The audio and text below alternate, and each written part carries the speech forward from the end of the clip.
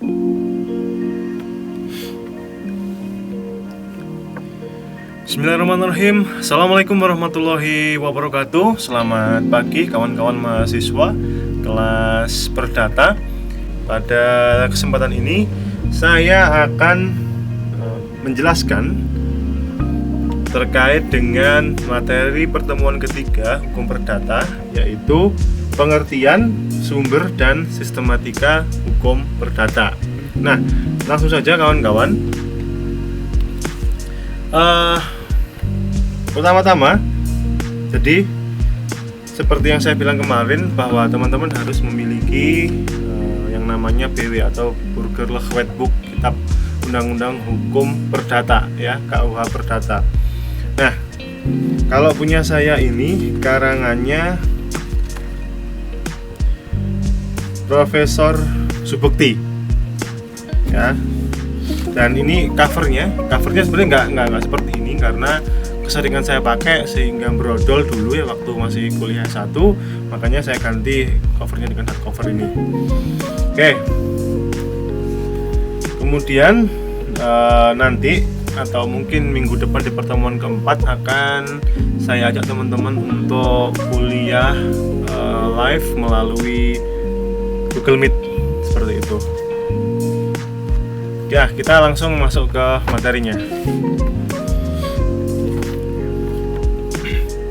Yang pertama, materi kita berjudul Pengertian, Sumber, dan Sistematika Hukum Perdata oleh saya sendiri, Muhammad Fajar Siddiq Widodo. Nah, kemudian di sini ada daftar isi. Nanti akan kita bahas itu ada pengertian, sumber, dan sistematika. Nah, itu ada tugasnya, nanti tugasnya ada sendiri, sudah saya upload di Google Classroom. Nah, pengertian hukum perdata. Di sini saya mengutip 3 pendapat ahli yang saya rasa cukup mewakili pengertian dari hukum perdata. Yang pertama adalah Profesor Subekti, sarjana hukum. Hukum perdata dalam arti yang luas meliputi semua hukum privat material, yaitu segala hukum pokok yang mengatur kepentingan-kepentingan perseorangan. Kemudian yang kedua, pengertian hukum perdata menurut Profesor Dr. Sudikno Mertokusumo, sarjana hukum. Beliau menyatakan bahwa hukum antar perorangan yang mengatur hak dan kewajiban perorangan yang satu terhadap yang lain di dalam hubungan keluarga dan dalam pergaulan masyarakat. Nah, jadi ini lebih spesifik lagi. Ketika tadi Prof. Subekti itu hanya menyebutkan kepentingan-kepentingan perseorangan, Profesor Sudikno Mertokusumo dia menyebutkan di sini ada yang namanya hubungan keluarga dan pergaulan dalam masyarakat. Kemudian yang ketiga, pengertian yang ketiga, Profesor Dr. R. Wiryono Projodikoro, sarjana hukum. Suatu rangkaian hukum antara orang-orang atau badan hukum satu sama lain tentang hak dan kewajiban. Nah, ini juga lebih spesifik lagi, gitu kan? Bahwa beliau, Profesor Wiryono, menyebutkan bukan hanya orang, tetapi di situ ada badan hukum juga. Jadi ini tetap berkaitan dengan hak dan kewajiban. Nah, jadi gini teman-teman, gampangannya atau hematnya, sederhananya, bahwa hukum perdata itu mempelajari hubungan antara orang perseorangan atau di antara subjek hukum lah. Ada manusia, orang perorangan, kemudian ada badan hukum. Nah, jadi terkait hubungan-hubungan keperdataan, misalkan terkait dengan kekeluargaan, kemudian transaksi jual beli, kemudian sewa menyewa, pinjam meminjam, dan lain sebagainya. Nah, istilah lainnya itu ada yang menyebutnya sebagai hukum sipil, kemudian juga ada yang menyebutnya sebagai hukum privat. Nah, sifatnya hukum perdata ini adalah privat, bukan publik. Kalau publik itu contoh mata kuliahnya itu kayak hukum pidana, hukum tata negara, hukum administrasi negara, dan lain-lain. Karena itu jelas konteksnya hubungannya dengan negara. Nah, kenapa kemudian hukum pidana itu masuk ke dalam ranah publik bukan ranah privat? Nah, sederhananya karena hukum pidana itu berkaitan dengan kewajiban negara untuk melindungi warga negaranya, sehingga negara harus turut andil, turut campur dalam permasalahan-permasalahan yang menyangkut hukum pidana. Berbeda halnya dengan hukum perdata. Pengertian hukum perdata kemudian ada lagi terbagi menjadi dua, secara luas dan secara sempit. Nah, jika pengertian hukum perdata secara sempit itu hanya terbatas pada aturan-aturan yang ada dalam ini saja. Nah, di satu buku ini ya. Nah, ini adalah hukum perdata dalam arti sempitnya. Di situ saya tulis hukum pribadi, perseorangan, hukum benda, hukum keluarga, hukum waris, perikatan, pembuktian, dan daluarsa.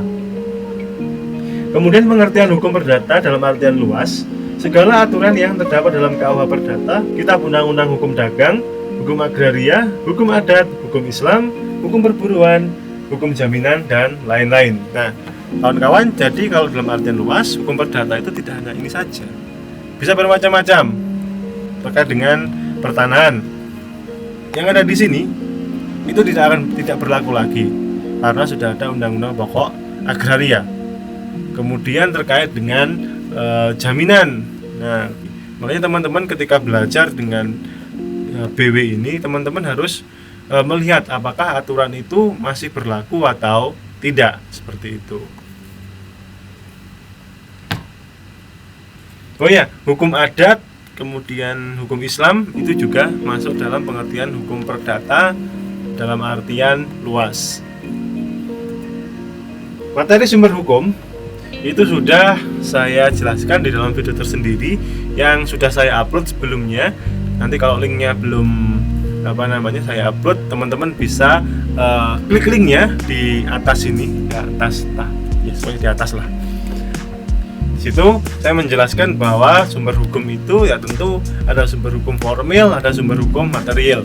Nah, sumber hukum formil yaitu terbagi menjadi beberapa. Yang pertama adalah peraturan perundang-undangan, jurisprudensi, traktat, konvensi, kebiasaan, dan doktrin. Terkait dengan doktrin, kawan-kawan, nah seperti contohnya ini, saya mengambil pengertian hukum perdata dari para ahli. Nah, inilah yang merupakan atau bentuk dari doktrin itu, bentuk konkret dari doktrin itu diwujudkan dalam pendapat-pendapat ahli mengenai sesuatu. Misalkan kalau seperti ini adalah pengertian hukum perdata. Nah, seperti itu contohnya. Oke ya. Jadi nanti ini tolong diperhatikan, sumber hukum formil dan sumber hukum material itu berbeda. Itu berbeda dengan, nah ini perdata material dan formil. Jadi nanti tolong dibedakan, oke?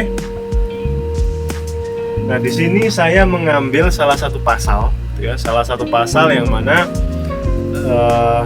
ini adalah pasal 1321 BW yang menyebutkan bahwa tiada kata sepakat yang sah apabila sepakat itu diberikan karena kekhilafan atau diperolehnya dengan paksaan atau penipuan. Nah, di sebelah kiri itu saya tulis duang, dualing, bedrog. Nah, itu artinya kalau duang itu adalah paksaan, dualing itu adalah kekhilafan, bedrog itu adalah penipuan. Nah, seperti itu kawan-kawan. Jadi kalau di dalam masyarakat ketika ada kesepakatan yang timbul dari adanya kekhilafan, kemudian paksaan, kemudian ada penipuan, nah itu menyebabkan kesepakatan tersebut tidak sah. Apa akibat hukumnya? Nah, nanti akan kita bahas. Oke, sekarang kita masuk ke dalam materi perdata, material, dan formil. Nah, kawan-kawan, berbeda dengan sumber hukum tadi ya. Jadi ini lebih spesifik ke perdatanya, ke hukum perdatanya. Nah, ini perbedaannya. Jadi ada yang dinamakan hukum perdata material dan hukum perdata formil. Nah, hukum perdata material itu yang seperti apa? Hukum perdata material itu adalah segala aturan yang mengatur kepentingan perdata. Nah, sumbernya bisa dari BW ini, kemudian hak dan kewajiban, dan segala yang telah disepakati. Nah, jadi kalau misalkan teman-teman itu mengucapkan sebuah janji, nah itu merupakan bentuk dari hukum perdata material. Oke. Nah, di situ saya menuliskan juga asas pacta sunt servanda. Nah, itu artinya adalah setiap aturan-aturan atau artinya adalah setiap kesepakatan yang disepakati bersama-sama itu menjadi hukum atau menjadi hak dan kewajiban bagi para pihak yang terikat di dalamnya. Nah, itu namanya asas pacta sunt servanda. Nah, kemudian hukum perdata formil itu adalah hukum yang mengatur cara-cara bagaimana mempertahankan hukum material ini. Nah, jadi ini kaitannya jika terjadi sengketa. Nah, makanya di sini muncullah yang namanya hukum acara perdata dalam konteks ini. Nah, di situ tentu proses penyelesaiannya itu membutuhkan peran dari seorang hakim. Nah, hakim akan melihat dan kemudian nanti akan memutus perselisihan dari hubungan hukum perdata tersebut. Seperti itu. Nah, itu yang dinamakan sebagai hukum formil. Nah, ini juga penting kawan-kawan. Jadi, ketika kita belajar tentang hukum perdata, maka kita harus paham terlebih dahulu sistematikanya. Nah, di sini saya sudah membuat bagannya, simple sebenarnya. Kita hanya akan belajar buku 1 sampai dengan buku 3 saja. Nah, buku 4 itu tidak akan kita pelajari karena buku 4 itu mengatur mengenai bagian dari hukum acara perdata. Kalau misalkan kita ngebahas soal hukum acara perdata di dalam kuliah hukum perdata, wah itu akan sangat membuang waktu. Nah, mending buku keempat ini di-keep aja dulu, nanti kita akan membahasnya di materi kuliah hukum acara perdata. Nah, seperti itu. Nah, sekarang saya akan memberikan satu buah kuis kepada teman-teman semuanya. Ini terkait dengan materi yang akan kita bahas di minggu depan. Ini terkait dengan orang. Nah, subjek hukum dalam dunia hukum itu terbagi dua, yaitu subjek hukum orang perorangan atau manusia. Kemudian yang kedua adalah badan hukum, PT, kemudian koperasi, yayasan, dan lain sebagainya. Nah, pertanyaannya adalah, apakah bayi yang terdapat dalam kandungan itu sudah dapat disebut sebagai subjek hukum? Nah, silakan teman-teman tuliskan jawabannya di kolom komentar di bawah. Jangan lupa tuliskan nama lengkap beserta kelas. Kalau perlu nomor absen tulis sekalian. Oke. Baik, sampai di sini dulu. Ketika teman-teman ada pertanyaan atau kemudian komentar, kritik dan saran yang tidak disampaikan, silakan tulis di kolom komentar atau langsung PM ke saya lewat WA atau lewat Google Classroom. It's okay, monggo. Saya insya Allah akan menanggapinya. Dan sekian dulu untuk penjelasan dan video kuliah ini. Mohon maaf jika ada kesalahan dari saya. Wassalamualaikum warahmatullahi wabarakatuh.